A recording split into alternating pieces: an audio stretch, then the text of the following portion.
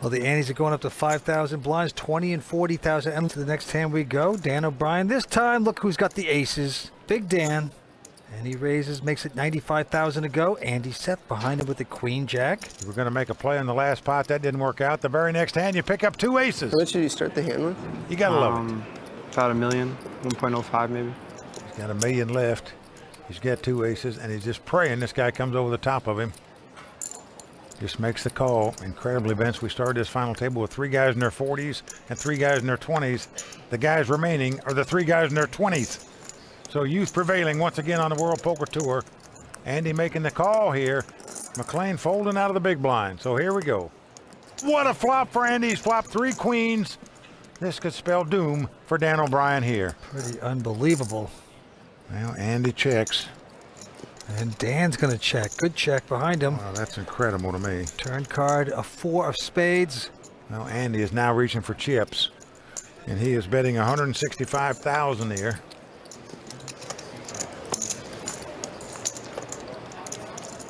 Now, it's amazing that Dan suspects. It looks like that the guy's got a queen in his hand for some reason.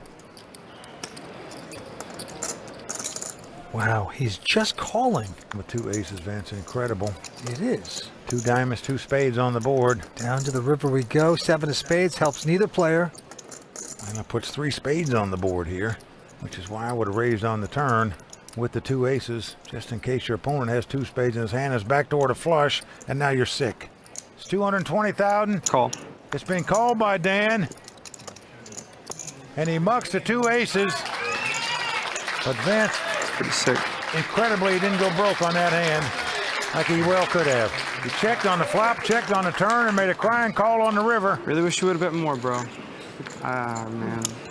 But Andy Seth, Nice value bet then. running good, as we say, flopping 3 queens to take down that pot.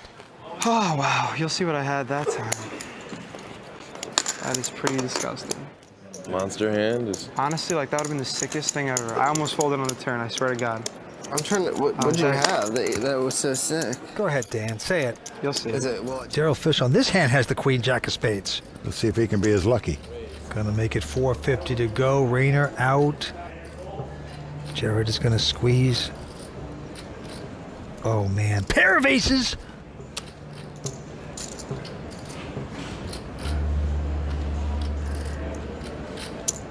He's just calling, Vince. Does not re-raise here. Gonna try to disguise. Wants to camouflage his hand. He's certainly done that by just calling there. Flop is 9-6-3 with 2 spades. Daryl's got a 4 flush. Jared checking. Got a 4 flush and 2 overcards. Certainly going to bet it here, 450,000, but I think you're going to see 2 aces.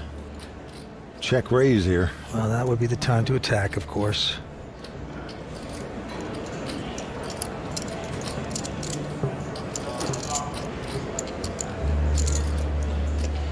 He's going to raise this to 1.1 million. All in. There's the all-in, and there's the call. So here it is, Queen Jack of Spade versus 2 aces. Jared a little disgusted that his opponent's got that many outs to win the pot. Just one. Just one.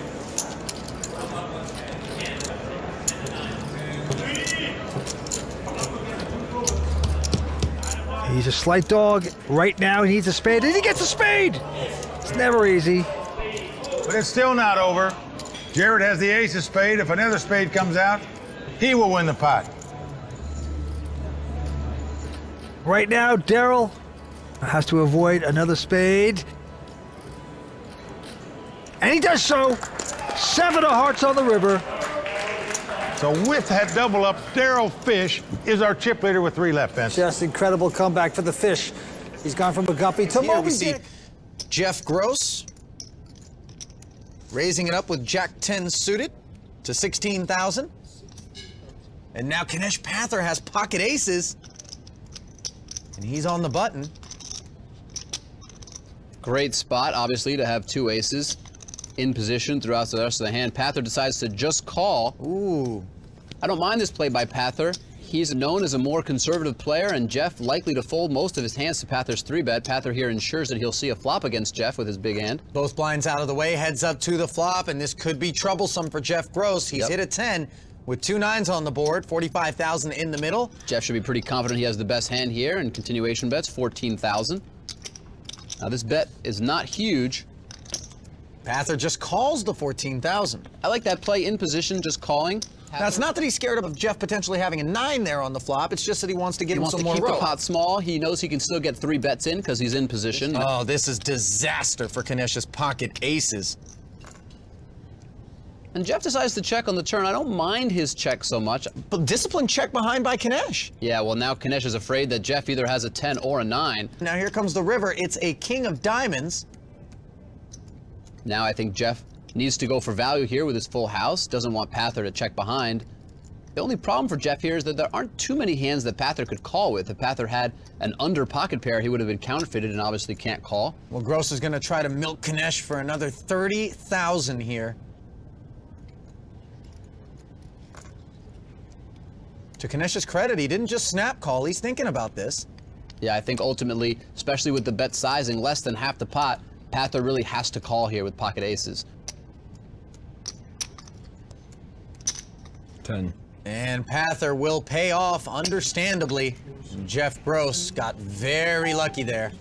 And that'll give his stack a boost. The ante is at 1K. Alec Torelli, who has 444,000 in chips, takes a pass with 7-8 suited.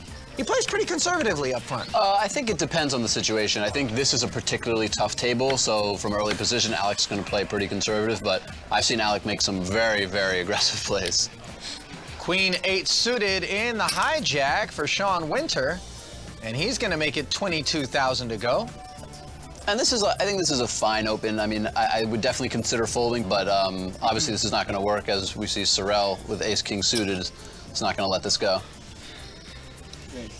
No, 3-betting it to 55,000. Coleman out of the way on the button, and look at this, pocket aces for Ben Tollerine. He loves the action in front of him here. But do you slow play or do you come over the top? I think from the small blind, you know, with an opener already, I think 4-betting is really the only realistic play. I think if he just called, it would be a little bit suspicious. He would allow Sean to enter the pot. He would be out of position throughout the rest of the hand. So I think whether he wants to bluff or if he has a hand like he does, a monster, I think 4-betting is definitely the play. Yeah, he makes it 130,000 to go. He started the pot with 586,000, just a few thousand more than Sorrel Mizzi, who started the pot with 582. We see Sean Winter lay down. How much are you playing, Ben? About 550. And does Sorrel really have anything to decide here? Yeah, I mean, it looks like it's bad for Sorrel, but, you know, he's got ace-king suited. It's an extremely strong hand. Ben's an aggressive player, and we see he moves all in here. There's not too much he can do. It's really just a cooler. And if you're Ben, you love hearing that all in. He has Sorrel crushed heading to the flop. 84% to win the pot to Sorrel's 15%. I kind of have a good feeling about this one, but it's hard to beat aces with ace-king. Yeah, this is one of the best spots to be in when you're all in with aces. A lot of times you're all in against another pair, and that pair has, you know, 2 solid outs to beat you, but it's very tough for ace-king to beat aces. With this particular case, Sorrel is suited, so a flush is really his best chance. I think you got this. I think clubs look pretty hot right now. Yeah. And here comes the flop. It's all clubs, and Sorrel has flopped the nut flush. Ben Tollerine is going to need runner to make a full house, or he is going to be down to practically nothing. Yeah, if it were spades, it would be like, I'm dead.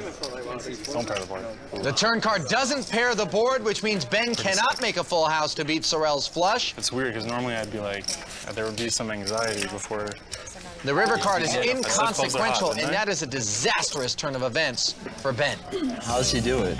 It's a little bit of an overkill, but I'll take it, I guess. It's pretty sick. I got 585, Sorrel.